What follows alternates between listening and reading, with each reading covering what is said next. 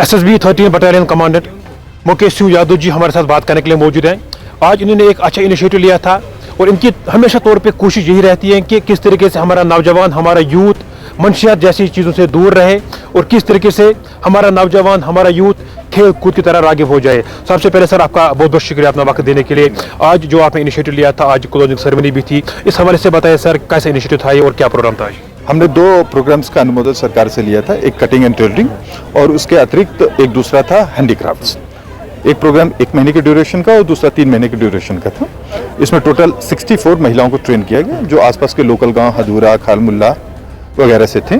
हमारा मेन उद्देश्य था कि वो महिलाएं जो दूर दराज के गांव में रहते हैं और शहर में जाकर के उनको कठिनाइयां होती इस प्रकार के प्रशिक्षण को हासिल करने में, चाहे दूरी के कारण, चाहे फाइनेंशियल कंडीशन के कारण, तो हमारा उद्देश्य था उनको सेल्फ इंडिपेंडेंट बनाना फिनेंशियली।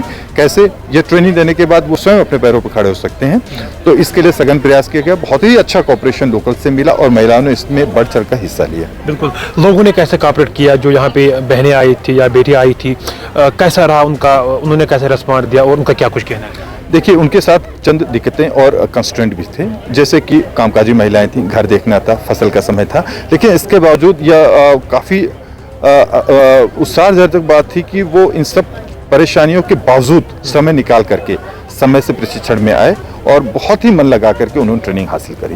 बिल्कुल, क्या आइंदा तौर पर भी आने वाले टाइम पे ऐसे प्रोग्राम्स का इनेकाद होगा? खुसूसन तौर पे गांधरबल की अगर हम बात करेंगे, अलग अलग टारगेट ग्रुप्स के लिए अलग अलग प्रोग्राम्स हम करते हैं। अगला प्रोग्राम हमारा होगा क्रिकेट टूर्नामेंट यूथ के लिए।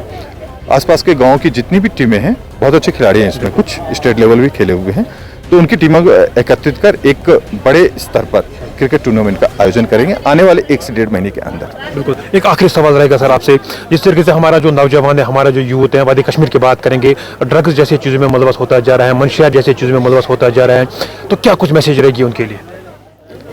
ये तो बहुत ही चिंता की बात है। मैसेज तो यही है कि इन सबसे दूर रखें, जीवन और भी बहुत कुछ है, उसको एक्सप्लोर करें।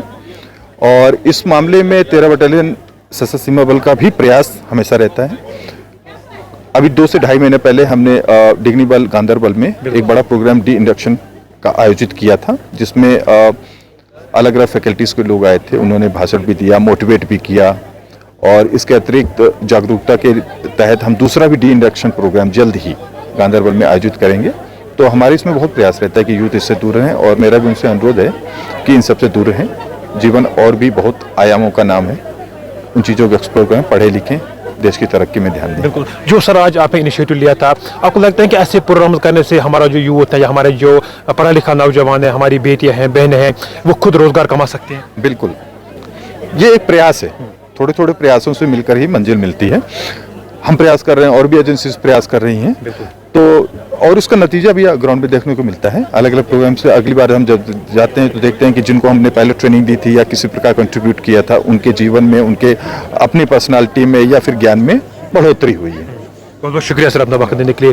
तो इसी सिलसिले में 13 बटालियन एसएसबी डिग्नी बल ने एक इनिशिएटिव लिया है। इनकी हमेशा तौर पे कोशिश यही रहती है कि किस तरीके से हमारा नौजवान, हमारा यूथ मंशियात जैसी चीज़ों से दूर रहे। बहरहाल हम और भी लगातार रास्ता रूबरा होने की कोशिश करेंगे। अल्लाह ने के बाद।